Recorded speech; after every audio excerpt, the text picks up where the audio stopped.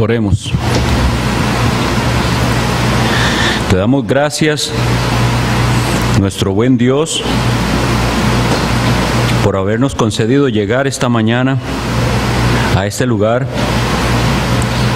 Te damos gracias por darnos acceso a tu santa palabra, la Biblia. Esta reunión la hacemos en el nombre de tu Hijo Jesucristo. Y es por su mediación que suplicamos que tu Espíritu Santo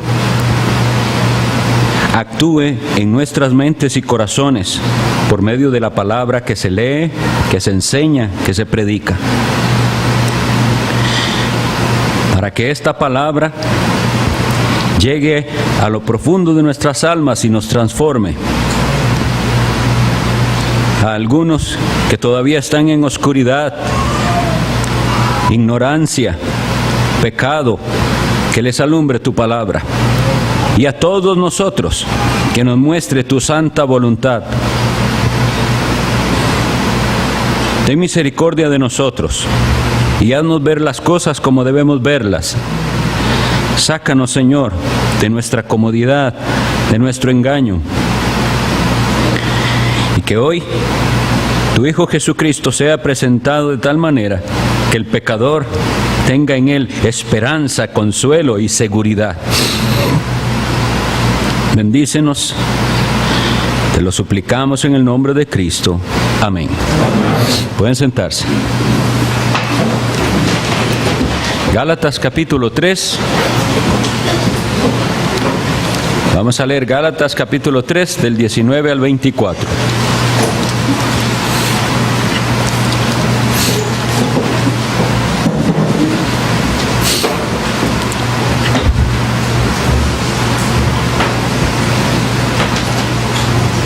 La carta del apóstol Pablo a las iglesias de Galacia, Gálatas capítulo 3, y vamos a leer los versículos del 19 al 24.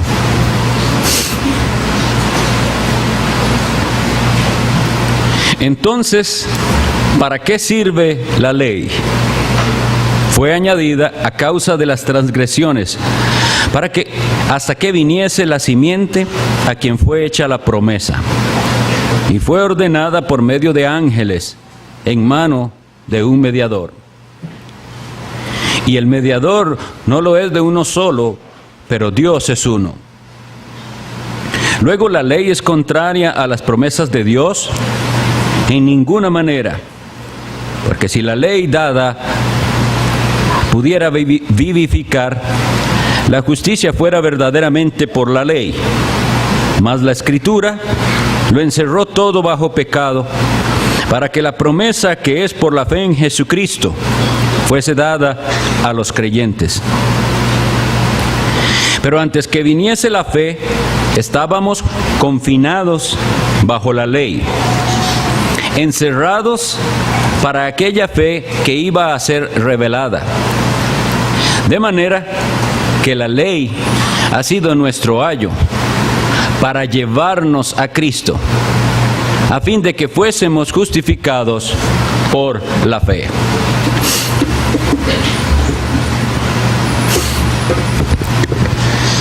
Para hacer un muy breve repaso y poner en contexto a los que no estuvieran en las veces anteriores o en la serie de estudios que tenemos en esta carta, recordemos que el apóstol Pablo está defendiendo el evangelio, el verdadero evangelio, que está siendo atacado, contaminado por enseñanzas de algunos que habían llegado a las iglesias de Galacia y les estaban diciendo que era necesaria la circuncisión, un rito de la ley mosaica. Es decir, ellos decían, sí, está bien creer en Cristo, pero para ser verdaderamente hijos de Dios hay que cumplir con este rito. Y entonces el apóstol Pablo enérgicamente va a defender que eso no puede ser así, que harían vana y nula la cruz de Cristo y el sacrificio del Calvario si ellos piden cualquier obra adicional para alcanzar la salvación. Entonces, la vez anterior estábamos comentando muchas costumbres que se han ido introduciendo, porque la verdad difícilmente hoy saldrá, aunque no sé si llegará a pasar, alguna iglesia que requiera la circuncisión. Porque hoy en día el ser humano quiere las cosas fáciles y esto sería una complicación verdadera para muchos. Pero como no pasa eso, de que alguien llegue a las iglesias a pedir circuncisión para completar la salvación o algo así, hay muchas otras cosas que el enemigo ha estado sugiriendo que son necesarias y que hay que añadirlas al mensaje de Dios. Y veíamos muchas de esas costumbres judaicas que se han estado metiendo, que realmente son un desviar nuestra mirada de Cristo. Y habíamos visto y enfatizado cómo todo esto, toda la escritura, cómo el apóstol Pablo centra y explica todo lo que está en el Antiguo Testamento en Jesucristo, en la persona de Jesucristo y en la obra de Jesucristo. Tanto que aquella promesa a Abraham, dice, fue el pacto ratificado para con Cristo. Y eso es algo que tenemos que tener bien claro. Ahora bien, los que tienen versión Reina Valera, vemos que los editores o traductores de esa Biblia pusieron en este fragmento el título El propósito de la ley. Y yo creo que hicieron muy bien. Esto es de lo que trata este fragmento. Vamos a estudiar el propósito de la ley, por qué fue dada. Porque una vez que el apóstol Pablo centra su mensaje en Cristo y enfatiza que no es por la ley, entonces surge la pregunta, ¿para qué sirve la ley? Y entonces esto es lo que vamos a estar hablando. Ahora, veamos que esto es muy necesario, porque cualquiera, hágase la pregunta o hágala a los demás. ¿Conoce usted los mandamientos de la ley de Dios? ¿Sabe usted qué es la ley de Dios? La gente, no sé si algunos han visto ese reportaje de Ray Comfort y otros, en centros comerciales o en moles así, la gente puede decirle muchas marcas de cerveza, pero no puede mencionarle 4 de los mandamientos. Igual la gente puede saber mucho de marcas de autos, de cualquier cosa, de todo lo que es vano y cosas de esta vida, y sin embargo desconocen los mandamientos de la ley de Dios. Y lo triste es que eso pasa no solo en el mundo, sino en las iglesias. Gente que dice que es cristiana no conoce la ley de Dios y no conoce su propósito. Y esa es una pregunta para comenzar nosotros hoy. ¿Conoces la ley de Dios? La ley de Dios en su totalidad corresponde de 613 mandamientos. Sin embargo, hay una ley de la cual se escribe en Éxodo 31:18 que dice, escrita con el dedo de Dios, lo cual tiene un significado especial para nosotros. La ley moral, la ley eterna que define el carácter de Dios. Y entonces preguntémonos, ¿conoces la ley de Dios? ¿Y sabes para qué fue dada? Entonces, iniciemos enfatizando para qué no sirve la ley de Dios y cuál no es el propósito de la ley de Dios. Ya lo vimos, pero leo en ese mismo capítulo, Gálatas 3:10, porque todos los que dependen de las obras de la ley, ¿qué dice ahí? Están bajo maldición. Así que la ley de Dios no es para que dependamos de ella, para que nuestra salvación dependa de la ley de Dios, porque todo aquel que piense que su salvación depende de cuán perfectamente cumpla la ley de Dios o de si la cumple, está aún bajo maldición. Leímos todas las maldiciones de la ley de Dios hace unas semanas.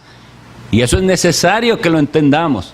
Cuán grave es quebrantar esa ley y todas las maldiciones que por ella, por incumplirla, merece el ser humano. Pero aquí muy claramente, sin necesidad de indagar más, sabemos para lo que no debe ser usada la ley, cuál no es su propósito. Porque todos los que dependen de las obras de la ley están bajo maldición. Hoy en día, muchos, por ese desconocimiento de la ley del Señor, de su propósito, y por ese desconocimiento también de en qué consiste el nuevo nacimiento y la conversión, hacen un mal uso de la ley. Y yo estaba pensando de qué manera ilustrar esto, que me entienda desde el más pequeño hasta el más grande. ¿Cómo hago para ilustrar lo peligroso de darle un uso inadecuado a la ley? ¿Quiénes saben lo que es un bisturí? Bueno, hoy le pregunté esta mañana a mi niña para saber si ella me iba a entender y ella no sabía qué era. Entonces yo le expliqué qué es un bisturí. Digámoslo así, muy en pocas palabras, es un instrumento filoso que se usa para cortar superficies blandas, en particular la piel. Lo usan los cirujanos para cortar cuando hacen sus operaciones. ¿Saben qué es un machete? Un machete es un cuchillo grande, largo, y debe estar bien afilado para que sirva a su propósito. Entonces, hablando de instrumentos como estos, supongamos que yo veo a un niño jugando con un machete afilado. Un niño de unos 4 o 5 años, jugando con un machete afilado. ¿Qué haría? ¿Lo dejo que juegue con el machete afilado? ¿Cuán peligroso es? Y hay que explicarle esto, no es de jugar, esto tiene un propósito y usted no puede usarlo como lo está usando para jugar. Igual en el caso del bisturí, pero incluso puede ser una persona madura, una persona grande. ¿Qué imagen tendría ustedes si lo ven cortando el zacate de su casa con el bisturí?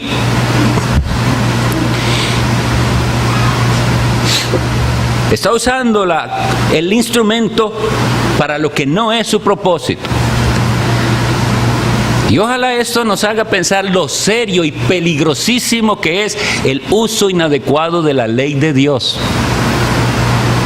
Porque la palabra de Dios es descrita como una espada y tiene que usarse bien. Por no usarla bien, hay muchos todavía bajo la maldición de la ley, usando la ley de Dios para el propósito inadecuado. Entonces hoy vamos a ver algunos propósitos. La ley tiene 3 propósitos básicos que los teólogos mencionan. 2 de ellos vamos a verlos hoy. Uno muy rápidamente, otro profundamente, si el tiempo nos da, y otro en la próxima ocasión. Y el primer de ellos, debemos preguntarnos, como lo dice aquí el versículo 19. Entonces, ahora que me ha explicado Pablo, apóstol, ahora que me ha explicado que nadie puede salvarse dependiendo de la ley, de cumplirla o de cuán esforzado ha sido en cumplirla, entonces, ¿para qué? ¿Para qué sirve la ley? Y él responde, fue añadida a causa de las transgresiones hasta que viniese la simiente, Cristo, a quien fue hecha la promesa y fue ordenada por medio de ángeles en mano de un mediador. Ahorita vemos esos detalles. Pero entonces, ¿necesitaba Israel la ley? ¿Para qué la necesitaba? Nosotros vimos el pacto de Dios con Abraham, que es un pacto incondicional. Es Dios quien se compromete, es Dios quien jura. Él a Abraham la bendición y dice la Escritura, y creyó Abraham a Dios y le fue contado por justicia. Y eso tipifica el pacto de gracia, así es como Dios actúa. Sin embargo, ¿qué pasa con sus descendientes? Viene Isaac, viene Jacob, viene el pueblo de Israel. Y muchos conocen la historia. Entonces ellos se hacen una nación, tienen que ir a Egipto. Por una hambruna, Dios ahí provee para ellos y se hacen un pueblo. Y ese pueblo llega a ser esclavo en Egipto por muchos años. Y la promulgación del pacto de la ley viene hasta mucho después, cuando Moisés, el libertador del pueblo de Israel, los saca de Egipto, de ese yugo pesado bajo el faraón, y los lleva en camino a la tierra prometida y los pasa por el monte Sinaí, donde viene la presencia gloriosa de Dios a darle al pueblo su ley. Esto es lo que sucede. Pero ¿por qué? ¿Por qué? Porque aquel pueblo, que como veremos, siempre tipifica al pueblo de Dios. Y lo que pasó con ellos siempre tiene que ver con nosotros y tiene una enseñanza para nosotros. Este pueblo que Dios escogió muy fácilmente podría haber perdido, y de hecho lo hizo muchas veces, el entendimiento de quiénes eran y de cuál era el trato de Dios para con ellos. Y Moisés tiene que recordárselos cuando llegan después de vagar 40 años por el desierto y darles otra vez la ley y hacer un recuento de la ley y les dice, miren, no crean que ustedes están aquí y que van a ser una nación y que Dios los escogió porque vio algo bueno en ustedes, porque ustedes fueran más o mejores que los demás pueblos. No es cierto, porque ustedes son un pueblo rebelde y desde el principio han sido rebeldes. Lo mismo sucede hoy. Muchas personas que profesan la fe en Cristo siguen en su corazón albergando un pensamiento, un engaño de que algo vio Dios en mí y por eso estoy aquí, soy cristiano hoy. Entonces Dios les da la ley a Israel porque con la ley les va a hacer ver cuán pecadores son ellos y cuán necesitados de redención. Ese es el propósito básicamente que hoy vamos a estar exponiendo. Ese propósito didáctico por medio del cual viene el conocimiento del pecado. Aquella ley que Dios dio por medio de Moisés a Israel también tenía muchos aspectos en los cuales era una ley civil. Ese pueblo tenía que regirse como un país con sus leyes, leyes justas, leyes que dan castigo al que hace el mal y leyes con un castigo justo y proporcional a las faltas. Esa es la parte que llamamos civil de la ley, o un uso, por decirlo así, un uso político de la ley. Hay un orden para este pueblo y deben regirse por estas y estas normas civiles, y si no, hay estos y estos castigos correspondientes. La ley de Dios es justa, correspondiente siempre a la falta. Y ahí es donde tenemos ojo por ojo, diente por diente. Esa ley es justa. Luego tenemos leyes que Dios dio dentro de todo ese paquete que eran ceremoniales. Todo el culto a Dios regido muy meticulosamente, muy detalladamente. Harás las cosas de esta manera. El tabernáculo vas a construirlo de esta y esta manera. Muy, muy detalladamente. No sé, recuerdan que hace unas semanas en la lectura de la tarde del Antiguo Testamento estuvimos leyendo de aquel rey que cambió las cosas y se le ocurrió que la fuente de bronce ya no esté ahí, ahora la ponemos en otro lado. Hasta eso llegó Israel. a desviarse. Todo tenía que ser hecho como Dios decía, todo representaba algo y todo tenía un propósito espiritual. Todo aquel ceremonial, todos los sacrificios, todas las ofrendas, los holocaustos, todo aquello era sombra de una cosa maravillosa que un día iba a venir, y era el Salvador Jesucristo, que es descrito en la Escritura como ofrenda y sacrificio a Dios en olor fragante, el sacrificio de la cruz. Y hermanos, todo eso, como se nos ha enseñado ampliamente en el estudio de los Hebreos, ya se cumplió y pasó, y nunca más tendrá el pueblo de Dios que volver a eso. Nunca, ni en un supuesto reino milenial como algunos piensan eso, nunca más. En Jesucristo, una vez y para siempre, fueron cumplidos todos aquellos requerimientos. Pero entonces este es el asunto. Por causa de las transgresiones tuvo que ser añadida la ley. Esa ley que nos iba a hacer ver las cosas como deberíamos verlas. Yo insisto, hermanos, en que tenemos que ponernos en el lugar de Israel, porque ellos han sido puestos como ejemplo. Y dice el apóstol Pablo que todo lo que a ellos les pasó tenía que ver con nosotros. Todo lo que ellos hicieron, la salida de Egipto, salir del poder del faraón, que es tipo de Satanás y del pecado, salir de la esclavitud de Egipto, del mundo, el peregrinaje, todo tiene que ver con nosotros. Y al igual que ellos, nosotros podemos estarnos creyendo la mentira de que estamos aquí con este privilegio, porque es un privilegio estar en la casa de Dios y tener Biblia y conocer de Cristo, que tenemos este privilegio por algo que vio Dios en nosotros. Entonces Dios tiene que mostrarnos su santa ley y decirnos: usted lo que ha ido es acumulando puntos para la condenación desde el día que nació. ¿Recuerdan cómo habla el apóstol Pablo en Romanos? Pero por la dureza de tu corazón, por no tener un corazón arrepentido, acumulas ira para el día de la ira y de la revelación del justo juicio de Dios. Eso es lo que hacemos todo ser humano desde que nacemos: ir acumulando puntos para la condenación, no para la salvación.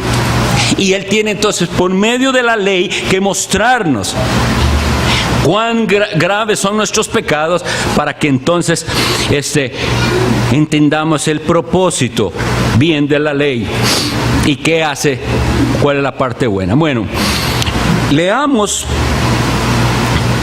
Romanos 7, que como les he dicho en las veces anteriores también, en Romanos parece que el apóstol Pablo hiciera otra exposición, y a veces hasta más amplia de la que hizo para los Gálatas. Romanos 7, vamos a leer a partir del versículo 7.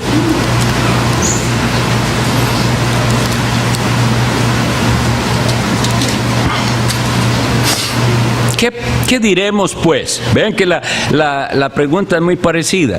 ¿La ley es pecado? Porque él ha estado defendiendo también que no es por la ley que se puede salvar a alguien. Entonces él responde: en ninguna manera. Pero yo no conocí el pecado sino por la ley, porque tampoco conociera la codicia si la ley no dijera: no codiciarás. Mas el pecado, tomando ocasión por el mandamiento, produjo en mí toda codicia, porque sin la ley el pecado está muerto. Y yo sin la ley vivía en un tiempo, pero venido el mandamiento, el pecado revivió y yo morí. Y hallé que el mismo mandamiento, que era para vida, a mí me resultó para muerte. Porque el pecado, tomando ocasión por el mandamiento, me engañó y por él me mató. De manera que la ley a la verdad es santa, y el mandamiento santo, justo y bueno. Luego, lo que es bueno vino a ser muerte para mí, en ninguna manera, sino que el pecado, para mostrarse pecado, produjo en mí la muerte por medio de lo que es bueno, a fin de que por el mandamiento el pecado llegase a ser sobremanera pecaminoso. porque sabemos que la ley es espiritual, mas yo soy carnal, vendido al pecado. Dejemos la lectura 6. El ser humano, la raza humana entera, toda la descendencia de Adán, debe entender esto: hemos sido vendidos al pecado. Pero nosotros no somos conscientes de cuán grave es nuestra condición espiritual, sino por medio de la ley. Como vimos, es una ley que es santa. Y en este versículo encontramos una palabra que es necesario explicar. Dice, vamos a ver,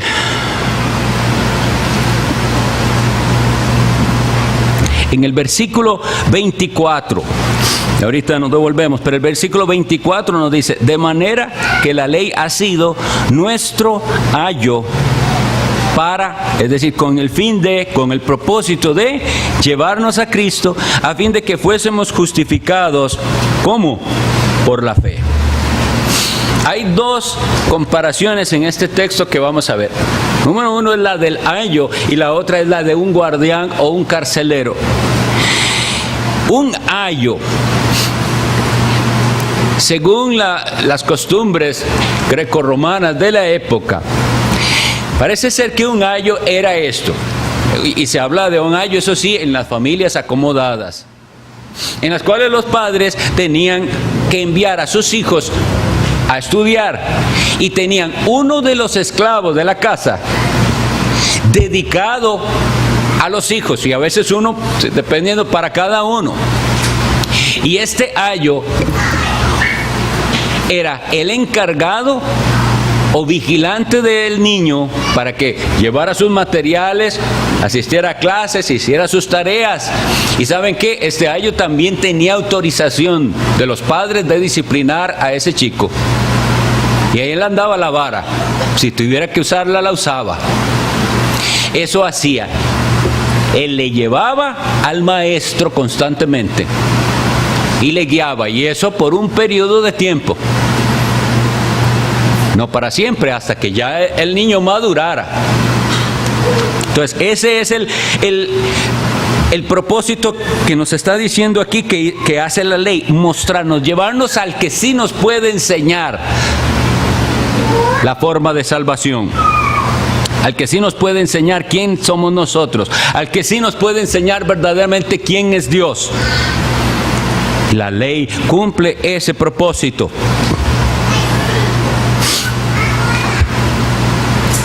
Y ahora, cuando apliquemos, nosotros vamos a necesitar hacer un examen para saber si nosotros, cuando hablamos de la ley de Dios y leemos la palabra de Dios, que toda en sí misma a veces se trata de ella como la ley del Señor, si nosotros estamos entendiendo esos dos propósitos de la ley del Señor. Y como les decía, de hoy en 8, el propósito didáctico para nosotros. Por ahora es más bien el proceso pedagógico, el del maestro, el del ayo que nos lleva al maestro. Cuando la ley es presentada correctamente de esta manera, la persona va a incomodarse, porque la ley le hace ver al que se cree justo que no es justo. Y eso es una necesidad entonces en nuestros días, que se predique la ley del Señor, para que aquel que no se está sintiendo urgido de salvación, porque él se cree una buena persona y porque le parece que él es mejor que otros, si nosotros logramos exponerle claramente la ley de Dios, esta persona vaya a llegar a ser consciente de cuán lejos está de lo que Dios pide, porque la ley le acusa. La ley le acusa.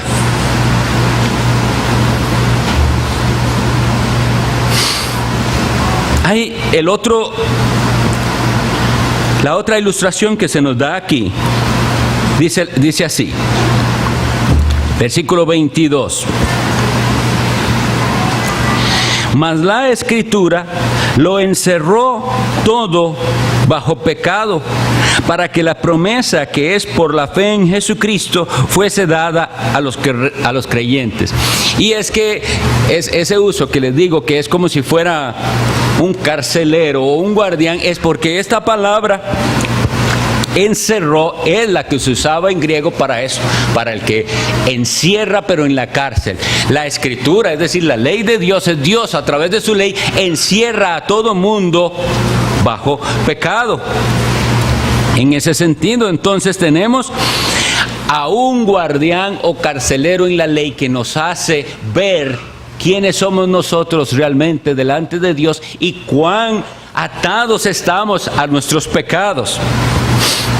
Ese ministerio de la ley es incluso llamado en 1 Corintios 3, del 7 al 9, un misterio de muerte. Y como vimos, no es que... Vamos a leerlo mejor. 2 Corintios 3, del 7 al 9. Vean cómo él lo llama a este ministerio. Pero luego lo compara. 2 Corintios 3, del 7 al 9, dice así: y si el ministerio de muerte, grabado con letras en piedra, fue con gloria, tanto que los hijos de Israel no pudieron fijar la vista en el rostro de Moisés a causa de la gloria de su rostro, la cual había de perecer, ¿cómo no será más bien con gloria el ministerio del Espíritu? Porque si el ministerio de condenación fue con gloria, mucho más abundará en gloria el ministerio de justificación. Y de esto es de lo que hemos estado hablando y seguiremos hablando desde el principio al final de la carta, de la doctrina indispensable del Evangelio que se llama la justificación por medio de la fe. Nuestra carne quiere aferrarse a aquel ministerio en el cual tengamos un poco de gloria nosotros. Y ese ministerio fue con gloria, pero no para la gloria del hombre. Ese era un ministerio que llevaba, no dice aquí, a la salvación. ¿Por qué? Porque decía, el que hiciere estas cosas vivirá por ellas. ¿Y qué expresó el apóstol Pablo en el capítulo 7 de Romanos? Sí, el que hiciere todo esto vivirá por ello, pero yo no lo puedo hacer. Entonces no puedo tomar la ley como si yo voy a encontrar vida en el cumplimiento de la ley, porque la ley exige un cumplimiento no parcial, no su mejor esfuerzo, sino un esfuerzo completo, un cumplimiento completo. El apóstol, o no el apóstol, más bien Santiago, nos recuerda en capítulo 2, versículo 10, el que cumple toda la ley, y eso es algo supuesto, él está hablando en esa manera supuesta, porque nadie, pero dice, el que cumpliera todo y falla en un punto, ¿qué dice Santiago? Se hace culpable de todos. Y él lo está diciendo para que deje usted de estarse engañando y yo de estarme engañando de que estoy haciendo suficiente con mi mejor esfuerzo. Él le dice, bueno, supongamos que sí, que usted iba perfecto, falló un día, o hay alguien aquí que me diga que no falló un día.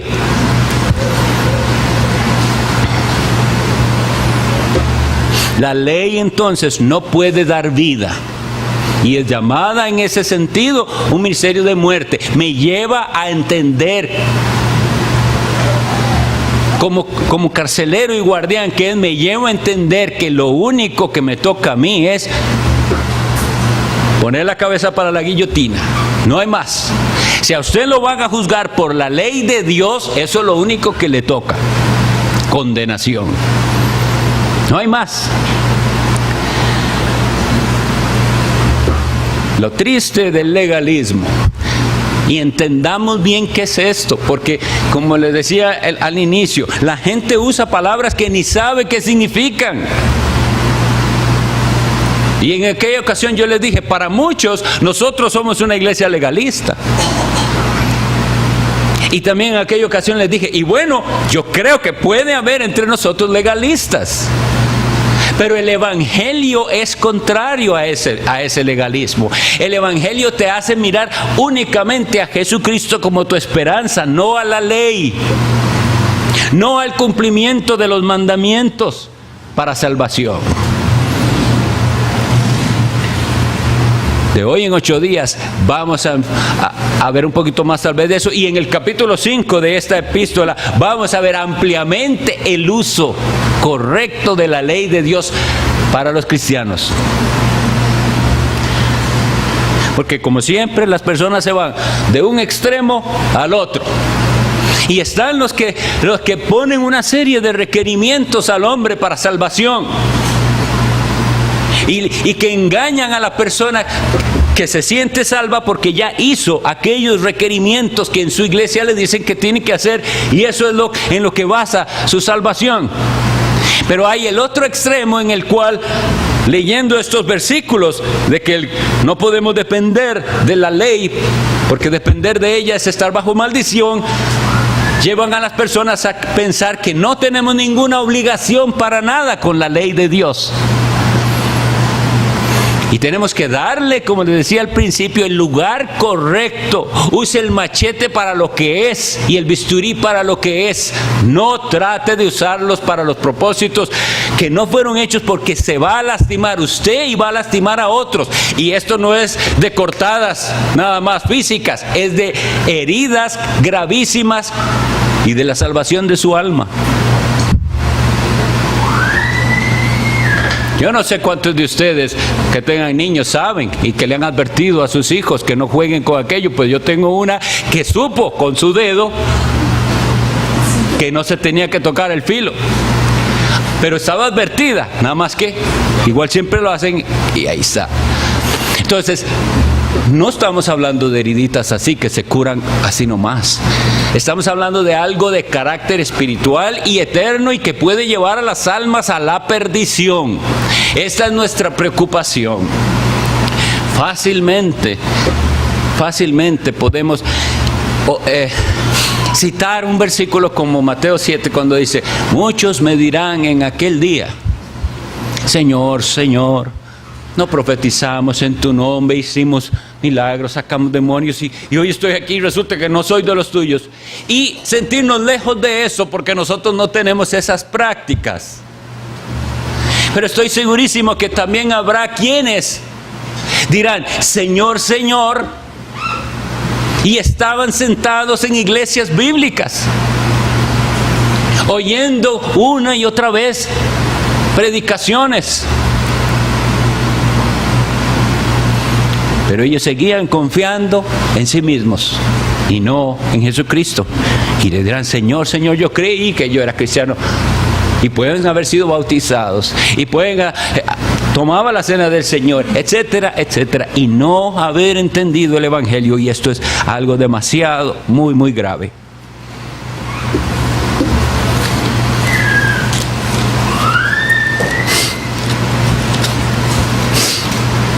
Vamos en Gálatas 3. Unos detalles porque surgirán ahí. La Biblia, estamos en el versículo 19, dice algo interesante. Dice que la ley fue ordenada por medio de ángeles en mano de un mediador. Ese mediador era obviamente Moisés. Y por medio de ángeles es algo que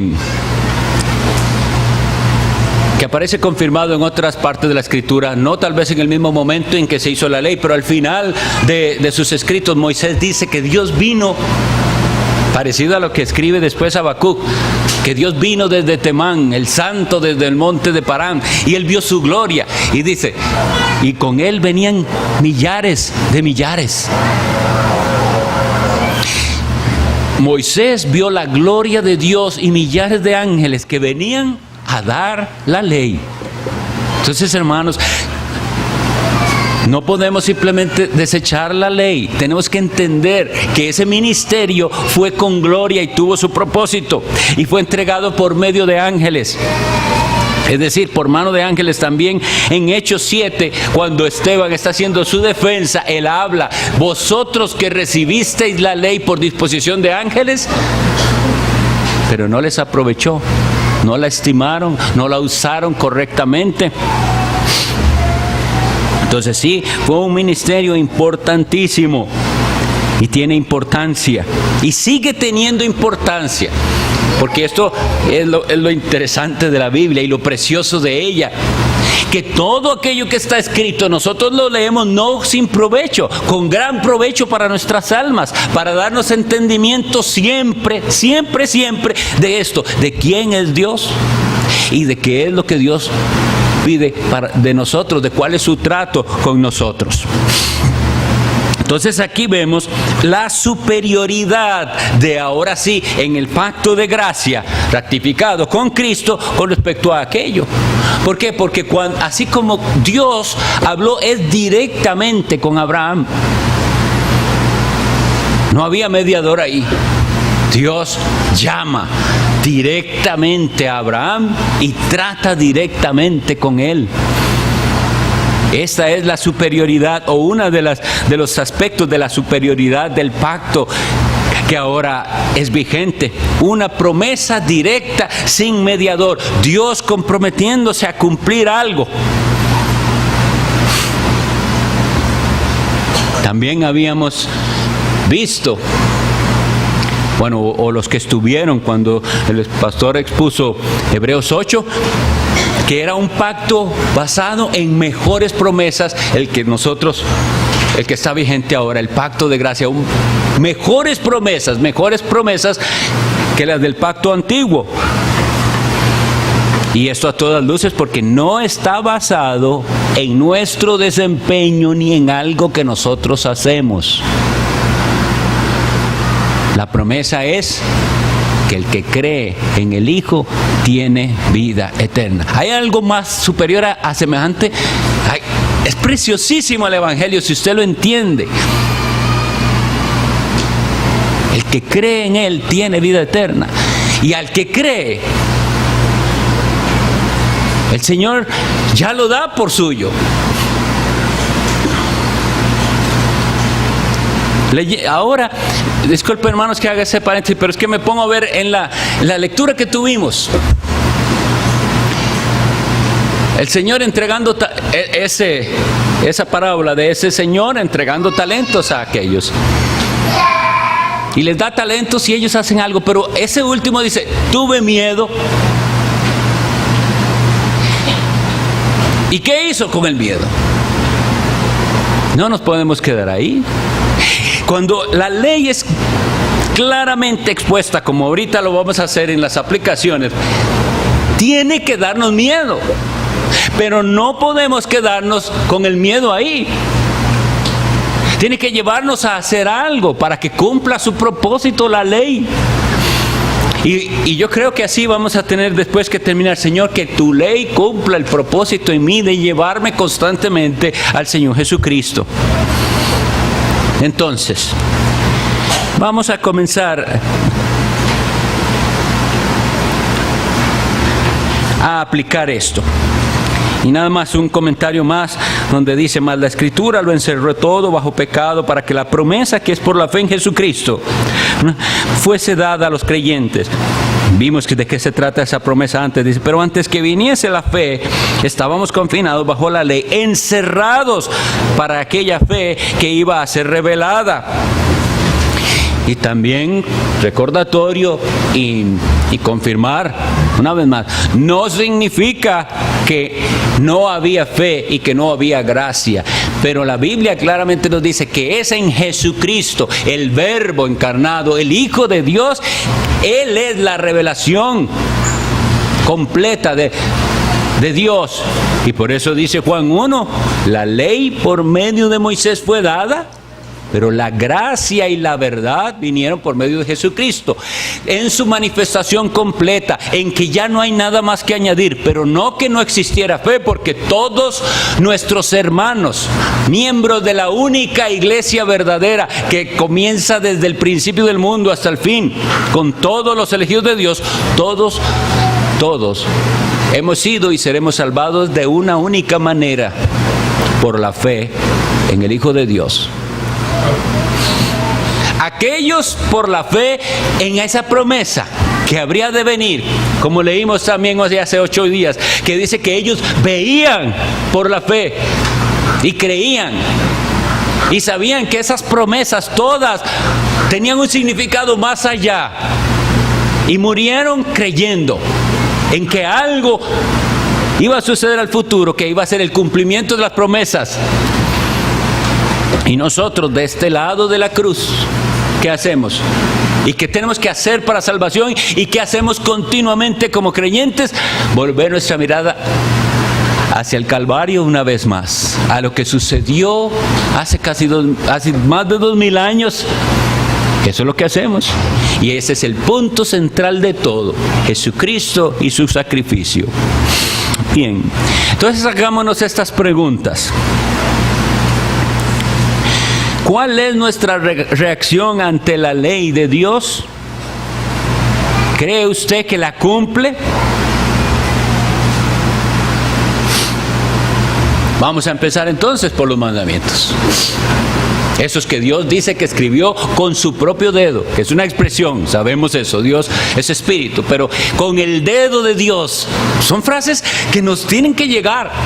Si algo quiso decir Dios al escribirlo así, con el dedo de Dios fue escrita esta ley: no tendrás dioses ajenos delante de mí.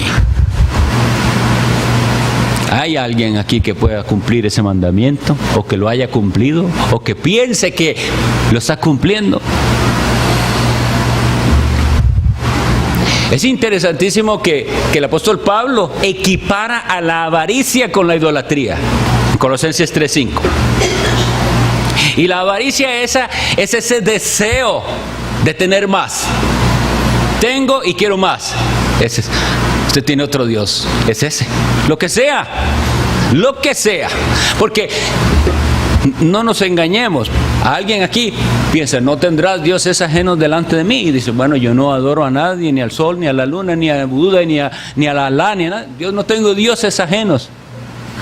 Pensemos en la avaricia, que es aquello que usted desea, y que desea tanto y que quiere más, que le lleva a apartar su mirada de Cristo. Ahí tiene un Dios. Y el segundo dice: no te harás imagen, ni ninguna semejanza de lo que esté arriba en los cielos, ni abajo en la tierra, ni en las aguas debajo de las tierras, y no te inclinarás a ella, ni las honrarás. Y usted dice: yo nunca siempre soy evangélico. ¿Usted cree que ahí habla solo de una imagen de esa y de sus rodillas? ¿Cuál es ese hobby, deporte, afición, aquello que usted ve y que le hace apartarse del Señor? ¿Cuántas iglesias, y esto con dolor lo digo porque lo vi, ven disminuido su culto si hay un partido de fútbol específico, especial? Ahí están doblando las rodillas ante su ídolo. Y sea el deporte, sea las telenovelas, sea el programa, sea lo que sea, algo ante lo que usted se postra, dobla sus rodillas.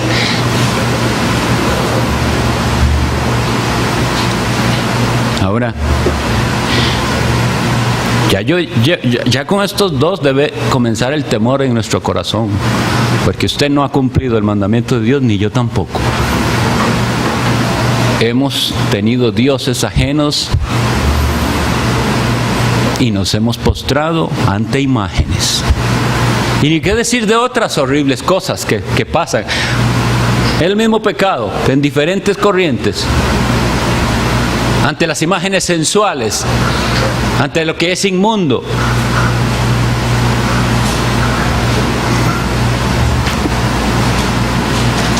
No tomarás el nombre de Jehová tu Dios en vano.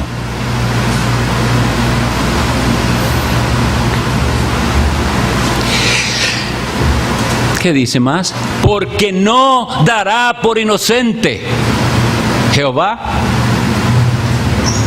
al que tomare su nombre en vano. Y todavía hay muchos cristianos que piensan que porque dicen Jesús cada rato y ay Señor y Dios mío, son muy cristianos, y están tomando el nombre de Dios en vano.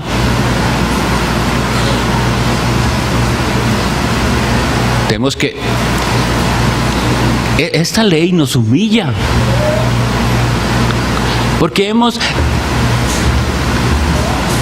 cambiado nuestra expresión que usábamos antes en el mundo, para cuando nos asombraba algo, para cuando nos majábamos, para cuando había un accidente, y antes podíamos decir una expresión y ahora simplemente la cambiamos por el nombre de Dios. Eso es tomar el nombre de Dios en vano. Que el pueblo de Dios solo use el nombre de Dios y del Señor Jesucristo con reverencia, en oración, en alabanza. ¿Cuántas veces hemos cantado un himno que dice una letra preciosa y que le dice al Señor que aquí estoy entregándote mi vida a ti y para servirte, y has tomado el nombre de Dios en vano? Porque es mentira, ni estás viviendo para Dios, ni estás entregado a Él. ¿Usted cree que solo es decir una blasfemia tomar el nombre de Dios en vano? No.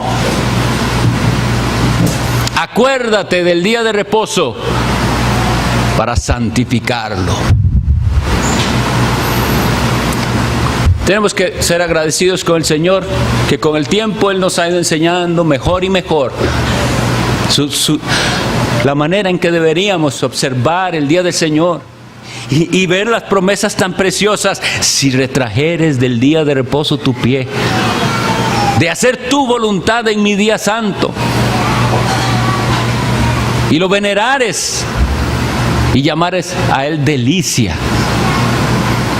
Entonces hemos ido entendiendo y hemos ido modificando nuestras costumbres, muchos, y gloria a Dios por esto. Pero ¿hay alguien aquí que cree que guarda el día del Señor de veras como debería? No, hermano,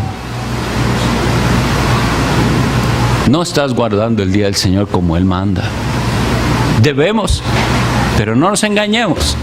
Y estos son los mandamientos que nada más tienen que ver con Dios. Todos los demás tienen que ver con nuestro trato con nuestros semejantes. Y por eso es que la ley se resume en dos. Porque toda transgresión, todo pecado que usted comete es primero para con Dios o para con alguien, su prójimo, su semejante, su esposa, su esposo. Usted peca contra sus hijos, usted peca contra sus nietos, usted peca contra sus abuelos, contra el vecino. Pecamos constantemente contra nuestro prójimo. Y si somos cuidadosos y aprendemos y usted sigue el pecado, llegará a la ley de Dios y verá que alguno de los mandamientos de la ley de Dios quebrantó. Leímos ahí en Romanos 7 que Pablo dice, porque la ley dice, no codiciarás, y ya con eso quedé yo listo. Uno, nada más menciona él, uno, no codiciarás, y ya estoy. Porque no tenemos un corazón agradecido, porque siempre queremos algo, estamos insatisfechos. Y el problema de la codicia no es solamente desear lo que otro tiene o lo que vemos. Todo el sistema del mundo está basado en este pecado de la codicia, de hacerle a usted desear. Vea los anuncios, la propaganda toda es basada en la codicia, en hacerle a usted desear algo. Pero el problema de la codicia es que una vez más estamos manifestando que Cristo no es todo para nosotros. Y seguimos con el engaño diabólico de que en algo de esta vida vamos a encontrar satisfacción. Y por eso es que usted codicia lo que tiene otro. Entonces la pregunta era, cuando ve esa ley de Dios que es santa y cuyo mandamiento es santo, justo y bueno, ¿cómo se siente? Tiene que haber temor en el corazón. Yo no cumplo esto. Ese estándar es demasiado alto. Y por eso es que los seres humanos crean sus propias reglas. Porque ellos, ese tipo de legalismo, eso es lo que hace, bajar el estándar tan santo de la ley de Dios. Y hace que la gente, cuando le digan todos sus mandamientos, sí se crean buenos. ¿Por qué? Porque cuando voy a ver la idolatría, voy a pensar en los que adoran imágenes nada más. Y ahí lo dejo. Entonces, así sí, así lo cumplo yo eso. Y cuando voy a pensar en el no matarás, lo dejo ahí, no he asesinado a nadie. Pero Cristo va más allá y le dice que si usted ha aborrecido a alguien, ya en su corazón es culpable de este pecado de homicidio en el corazón. Y si nada más dejamos el adulterio como el hecho físico de abandonar a la esposa para irse con otra o viceversa, y usted no lo ha hecho, ya está tranquila su conciencia. Y eso era el fariseo. Y Cristo va más allá. Con la espada de Dios, Él la usa como debe ser.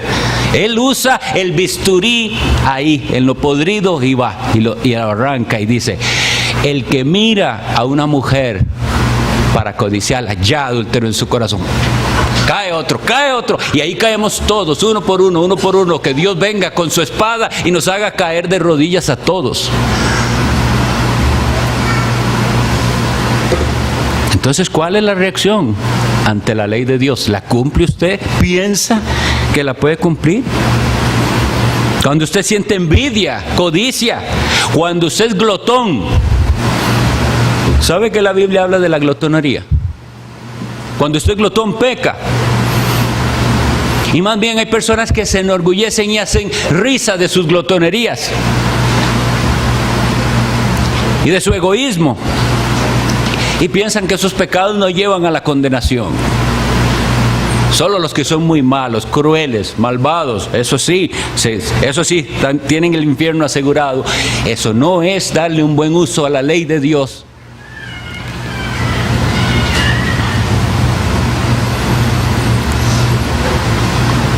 Ahora entonces, que la ley, la escritura encerró todo bajo pecado. ¿Quién puede venir a abrir esa cárcel? Quebrar esas cadenas, abrirle la puerta y hacerlo libre.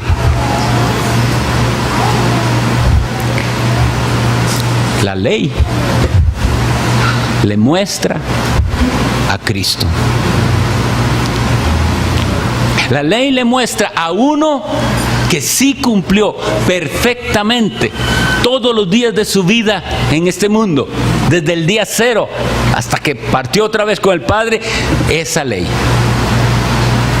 Él jamás la quebrantó, ni de pensamiento, ni de palabra, ni con sus acciones, ni dejó de hacer lo que era el deber de él hacer, perfecto y santo. Y en ese es en el que tenemos que poner nuestra fe para salvación, en Jesucristo y en lo que Él hizo, porque a todo el que cree en Él le es imputada la justicia. Es la promesa. Creyó Abraham a Dios y le fue contado por justicia. Crea hoy en Jesús y será contado por justicia. Usted confía o en la ley para salvarse, lo cual le lleva a estar bajo maldición, o confía en la promesa, le lleva a la salvación. Y la ley bien expuesta nos va a llevar a anhelar a Cristo, porque Él va a ser nuestro refugio. Y después, ahora sí, teniéndolo a Él, su actitud ante la ley de Dios va a ser diferente. Y de eso vamos a hablar en otra ocasión. Pero usted va a ver aquella ley no como una pesada carga, sino como algo en lo que usted espiritualmente se deleita y lo que usted procura hacer para agradar a Dios y nunca para ganarse puntos delante de Dios. Nada más que Dios, como es tan misericordioso, Él también galardona, pero de eso hablaremos en otra ocasión. Leo para ustedes el texto una vez más, y que sea el Espíritu Santo de Dios que lo aplique a nuestras almas. Entonces, ¿para qué sirve la ley? Fue añadida a causa de las transgresiones, hasta que viniese la simiente, Cristo, a quien fue hecha la promesa, y fue ordenada por medio de ángeles en mano de un mediador, y el mediador no lo es de uno solo, pero Dios es uno. Luego, la ley es contraria a las promesas de Dios, en ninguna manera. Porque si la ley dada pudiera vivificar, la justicia fuera verdaderamente por la ley. Más la Escritura, más la ley, más Dios encerró todo bajo pecado para que la promesa, que es por la fe en Jesucristo, fuese dada a los creyentes. Pero antes que viniese la fe, estábamos confinados bajo la ley, encerrados para aquella fe que iba a ser revelada. De manera que la ley ha sido nuestro ayo para llevarnos a Cristo, a fin de que fuésemos justificados por la fe. Oremos.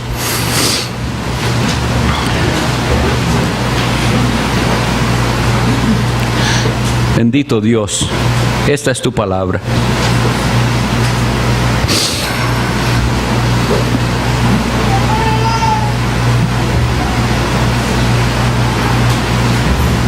Y yo soy un hombre y puedo usarla incorrectamente, pero envía el poder de tu Santo Espíritu para aplicarla correctamente a cada conciencia y a cada alma. Escúchame, Señor. Clamo a ti en el nombre de tu Hijo, suplicándote que tu santa ley nos haga vernos como tenemos que vernos, miserables en nuestro pecado y necesitados de salvación, y que nos lleve a Cristo para que seamos solamente en Él tenidos por justos. Bendice a mis hermanos que han escuchado esta exposición y que encuentren consuelo y esperanza en saberse justificados por la fe en Cristo. Bendice a aquellos que no han creído. Perdónales.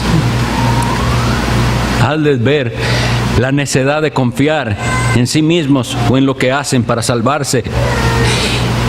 Y hazles por tu Santo Espíritu ver al glorioso Salvador.